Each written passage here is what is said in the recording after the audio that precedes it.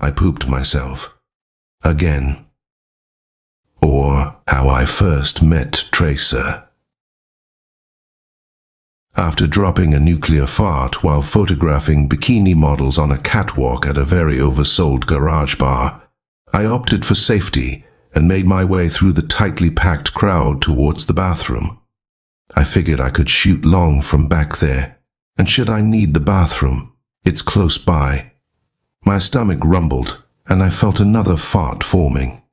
By the time it had forced its way into this world, it was becoming clear that there was no way I could possibly get to the bathroom in time, should I need a very out-of-character evening poop. I farted again. People next to me were onto it within seconds. There was no escaping the stench or severity of that fart, or who dealt it. Guilty. I grinned. You know those farts that are so bad for everyone else, but somehow good for the creator. Well, that was me right now. I could tell it was real bad. But I somehow enjoyed the smell and the reaction it generated. It's weird. I put my head down and smiled again. Next thing I know, a series of long, hot farts began exiting my body, and I gave up any ideas of the bathroom, deciding instead that I needed to exit the venue. Soon, I would need to poop. The quickest way out was over the catwalk. I climbed up onto the runway, dodging oncoming bikini models. People were yelling and booing at me to get off the stage, and with security eyeballing me, I knelt down, pretending to take photos. Why a photographer would be up on the catwalk was not important. What was important was that the kneeling motion had rearranged something crucial on my insides, and it was becoming more and more apparent to me that a very large poo, and possibly a whole lot of additional poos behind it, was already in the chamber and well on their way out of my body. I acted quickly, with one hand forced into my ass crack in a vain attempt to cork the gap, and the other grabbing my camera gear. I walked the length of the catwalk, making my way directly for the exit. I didn't stop. The stench was thick. People gasped on both sides of me. Bikini models were strutting their stuff directly through my creation of hot, stinky filth. Did he just shit himself? I heard clearly from the crowd. No, I hadn't shat myself yet, but I was well aware that it could be a reality for me. Again. I exited the venue and headed for my nearby parked car. Unlocking the door, I ripped it open, dumped my gear onto the passenger seat, and desperately started the engine. My plan was to get to the Macca's on Anzac Highway and use their bathroom. I pulled out into the traffic, drove 2 blocks, and the stomach pops, snaps, and crackles turned into a chaotic orchestra of disgust. I made a left, hit a red, and it was all over. That warm, comforting, and relieving sensation of pooing myself was with me once again. Indeed, as the old friends we were, I welcomed the sensation. I leant forward and pushed. Giant logs of poo oozed out of my anus. I felt pain and relief simultaneously. I pushed harder. More poop came out, so much that I had to lift my buttocks to one side, out of the car seat to accommodate the new addition to my jeans. I leaned forwards and upwards. Poo kept coming. Push, push. I could hear a doctor in my head saying, "Keep pushing." At that moment, I felt a connection with all women who have ever given birth, although my little bundle of joy was not the kind you nestled under your chin whispering sweet nothings to. At this point, I will state that there really isn't anything that bad about pooing yourself. It's actually quite normal. Babies do it all the time. It's quite a nice feeling, all things considered. There's a sense of calm and of letting go. Once you decide to open that vault, it's akin to letting a heavy weight off your mind. It's relief. Heck, that's why it's called relieving yourself. The problem arrives after you finish pooing, and you have to deal with the poop that is now everywhere but inside of you. Not having a better plan, I called my girlfriend to see if I could hose off on her lawn. It was about 9:30 p.m., and her parents shouldn't notice me if I stayed in the shadows of their garden. But she wouldn't take my calls. She was probably too busy at work. I left a series of vague, yet increasingly desperate voice messages as I drove closer towards her place. Arriving at her address, I parked out front and sat there in my shit heap. Literally. Incredibly, I was still pooing. Just when I thought it was over, further waves of cracks and pops, and then more poo somehow needed exiting. I considered a stealth mission with the hose on the lawn. Surely no one would catch me. Instead, I called Allison one last time. No answer. I couldn't go home, as my housemate Benny was jamming with some mates in the downstairs music room. To enter our house, you need to physically go directly through that jam room. Covered in poop, this was not going to play well for anyone. Having no other viable option, I made my way toward the beach instead. I don't know where all that poo came from, but by the time I arrived in Gleneog, I had amassed a truckload of poop down both legs of my jeans, which was now forming quite the scene in the footwell of my car. Even the pedals were slippery underfoot. My guess was they were covered in poop. Later, I would find poop somehow reached up the back of my shirt too. I guess that gravity-defying poop made its way up there when I initially let rip. Either way, I pulled up on South Esplanade and parked parallel to the ocean in the only parking spot remaining. At least something was in my favor tonight, I thought to myself. In front of me was the Broadway kiosk. Being September, we were coming out of the colder months in Australia, and despite it not being a night for swimming, there was still surprisingly a fair amount of people milling around.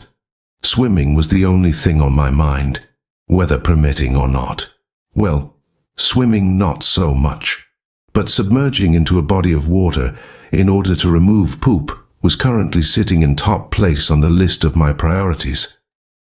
Engine off, I removed my shoes and socks with one hand, which was now subsequently covered in poop and consequently the dirty hand. I reached for the door handle, opened it, and stepped out into the cold night air. Poo fell to the ground with a dull thud. It was a sound I'd heard before. Using the dirty hand, I scooped my shoes, socks, and as much poop as I could off the seat, out of the footwell, and onto the street. More dull thuds. I ran my hands down my jeans, scraping poo from them. Thwack. Fuck. That's the sound wet poo makes when it is scraped from jeans to tarmac. I heard gasps from people behind me, yet no one spoke directly to me. I did not look up. I did not make eye contact with anyone, for I was a man on a mission as I continued to scrape poo. Once confident I had the bulk of the poop out of the seat and out of the footwell, I grabbed my shoes under one arm, and with the other clean hand, closed the door and locked the car. I needed that clean hand, as it was a 1980s Mitsubishi station wagon which required a key turn to lock it. Not that anyone would steal this pile of shit, but you know, there are some nutters out there. I hobbled my way down to the water's edge. Carefully I put my keys down, drawing a large circle around them in the sand so I could easily find them later. Then I walked into the ocean, fully clothed, with shoes and socks in one hand. I walked out into the dark water, having zero care for sharks or the cold or anything else that might normally bother me. My sole concern was the removal of poo. I didn't want to lose my shoes or socks, so I opted to wash them first. Meticulously, I submerged and rinsed, and resubmerged and re-rinsed until I was confident there was zero poo left. Walking out of the water, I placed the clean shoes and socks on the sand in the circle next to my keys, then returned back to the water, this time to wash myself. I waded back into waist-deep water and took off all my clothes. Gleneog is inside of a bay, and typically there are no waves, so the water was very still on this particular moonlit night. The only noise came from me, splashing around as I wiped my ass with seawater and sand and dragged my clothes back and forth, removing all remnants of poo with each swish. I didn't see any, but if there were fish in the area, they would have had a feast that night. Perhaps it was food for the bottom feeders only. Being clean from poo and stark naked, it was actually quite liberating to be skinny dipping on Glenoak Beach. I noted a small handful of people who had seen me, or more accurately, seen my white pasty ass in the moonlight and were gathered on the rocks watching the show. Adrenaline must have worn off because it was right about then that I realized just how freaking cold it was in that water.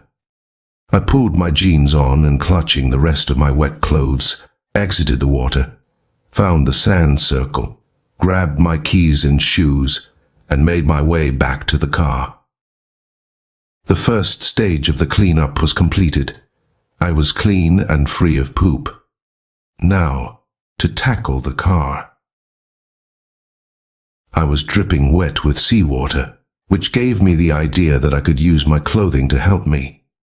I had a jumper on the passenger seat, which I hadn't worn that evening. It should make an excellent sponge. Grabbing it, I ran back to the ocean, submerged it, then ran back to my car, where I squeezed water out all over the driver's seat and into the footwell. It seemed to be working. I noticed poo halfway up the backrest. Still don't know how it got up there. At least the seat was somewhat clean. The footwell, it was another story. I repeated this process 3 or 4 more times. Each time, the water seemed to be cleaning things quite nicely. With the seat done, I attempted to soak the poop water from the footwell with my jumper. It worked. I ran back to the ocean to clean the jumper and back for more sponging. I repeated this another couple times until I was convinced it was clean. I had zero concern for what harm the salt water could cause over the long term, as I had acquired this vehicle dirt cheaply from a backpacking ex-girlfriend of mine months earlier, and my plan was to on-sell it to other backpackers for cheap. Anyone watching at this point would have seen a shoeless man in wet jeans with no shirt on, running back and forth between the ocean, squeezing water into a car on a cold, moonlit night. They would have thought he was weird. They didn't know the half of it. Content with my sponge mission being a success, I hopped in and departed the crime scene, leaving behind a fair-sized pile of poo festering in salt water on the road where I had parked. I wondered what people might think if they happened upon it in the light of day. Perhaps street dogs would have eaten it by sunrise. Nah, it was salt water. Also, it was poo. I drove home. I could hear loud guitars and drums as I walked towards the house. Still in my wet jeans, shoeless, and without a shirt, I opened the door to my place and entered the jam room. The music stopped. 3 dudes and Benny looked up at me with the kind of look that says, "What the fuck?" without actually saying anything. "This is Benon, my housemate," Benny offered. I was dripping wet. "Benon, this is Mike, Dre and Lee from TRACER." I cannot recall exactly what I said at that point, but I probably volunteered something about the music sounding good. Truth is, I hadn't even heard it. I didn't stop moving. I wanted to go right through that room without stopping or engaging in any excess conversation. I didn't like that poo water might be dripping onto the floor. I didn't like that I probably smelled dubious. I didn't like this situation one bit. Someone, I think Mike, asked what I had been up to that night. I mumbled something about shooting a bikini parade, and with that, I was on the other side of the room and out the other door and into the house proper. I went upstairs and directly into the shower. And that was how I first met TRACER.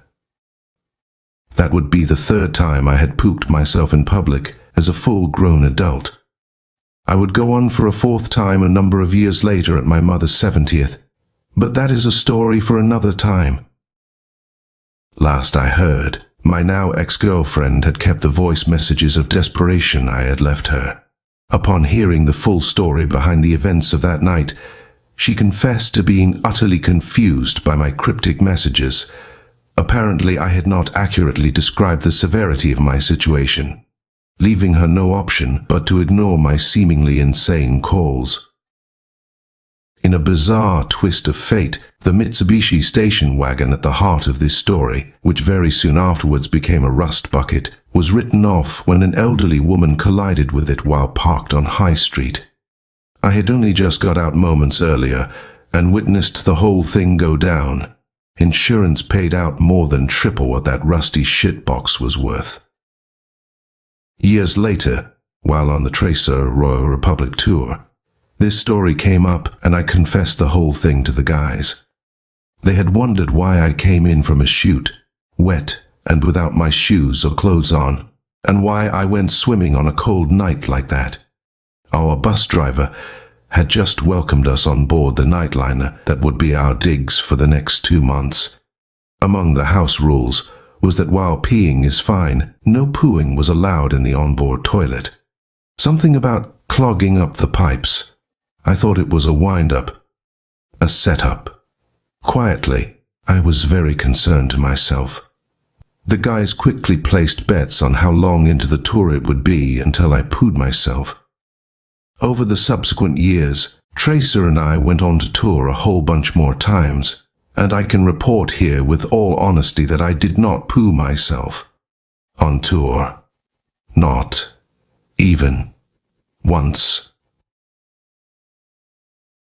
On the one hand, I, like many other fans, have lovingly championed the notion of a TRACER reunion and subsequent tour. On the other hand, however, I also don't want to break that clean record of mine.